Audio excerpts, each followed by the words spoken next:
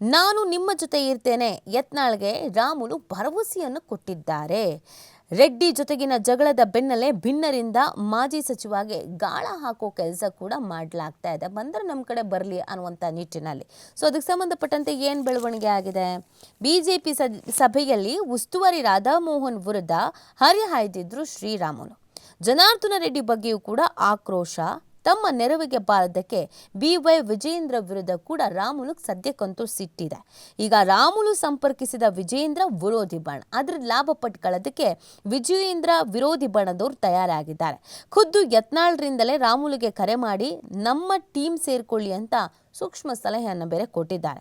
ರಾಜಕೀಯ ಹೊರತಾದ ಗೆಳೆತನ ಇದೆ, ನಿಮ್ಮ ಜೊತೆ ಇರುವೆ ಅಂತ ರಾಮುಲು ಭರವಸೆಯನ್ನು ಕೊಟ್ಟಿದ್ದಾರೆ. ನಮ್ಮಿಬ್ಬರ ಮಧ್ಯೆ ಒಂದು ರಾಜಕೀಯವನ್ನು ಹೊರತುಪಡಿಸಿದಂಥ ಒಂದು ಸ್ನೇಹ ಸಂಬಂಧ ಇದೆ, ನಾನು ನಿಮ್ಮ ಜೊತೆಗೆ ಇರ್ತೀನಿ ಅಂತ ಭರವಸೆಯನ್ನು ಕೊಟ್ಟಿದ್ದಾರೆ ಅಂತೆ. ಸೊ ಅಲ್ಲಿಗೆ ನೋಡೋದಾದರೆ ನಾವು ರಾಜ್ಯಾಧ್ಯಕ್ಷರಾಗುವ ಅವಕಾಶವನ್ನು ಸಹ ನೀಡಲಾಗತ್ತೆ ಅಂತ ಯತ್ನಾಳ್ ಅವರು ಶ್ರೀರಾಮುಲು ಅವ್ರಿಗೆ ತಿಳಿಸಿದ್ದಾರೆ. ಇದಕ್ಕೆ ಪ್ರತಿಕ್ರಿಯಿಸಿರುವಂಥ ಶ್ರೀರಾಮುಲು ಅವರು, ರಾಜ್ಯಾಧ್ಯಕ್ಷ ಸ್ಥಾನ ನನಗೇನು ಬೇಡ, ಮೊದಲಿಂದಲೂ ನಿಮ್ಮ ಜೊತೆ ಉತ್ತಮ ಸಂಬಂಧ ಇದೆ, ನನಗೆ ರಾಜಕೀಯ ಹೊರತಾಗಿಯೂ ಕೂಡ ಇದೆ, ಆ ಕಾರಣಕ್ಕಾಗಿ ನಾನು ನಿಮ್ಮ ಜೊತೆಗೆ ಇರ್ತೀನಿ ಅನ್ನುವಂಥ ಒಂದು ಭರವಸೆಯನ್ನು ಕೊಟ್ಟಿದ್ದಾನಂತೆ. BJPಯಲ್ಲಿ ದಿನದಿಂದ ದಿನಕ್ಕೆ ಒಂದಷ್ಟು ಬದಲಾವಣೆಗಳಾಗ್ತಾ ಇರೋದನ್ನು ನಾವು ಗಮನಿಸ್ತಾ ಇದ್ದೀವಿ. ಯತ್ನಾಳ್ ಟೀಮ್ ಸಿಕ್ಕಾಪಟ್ಟೆ ಆ್ಯಕ್ಟಿವ್ ಆಗಿದೆ.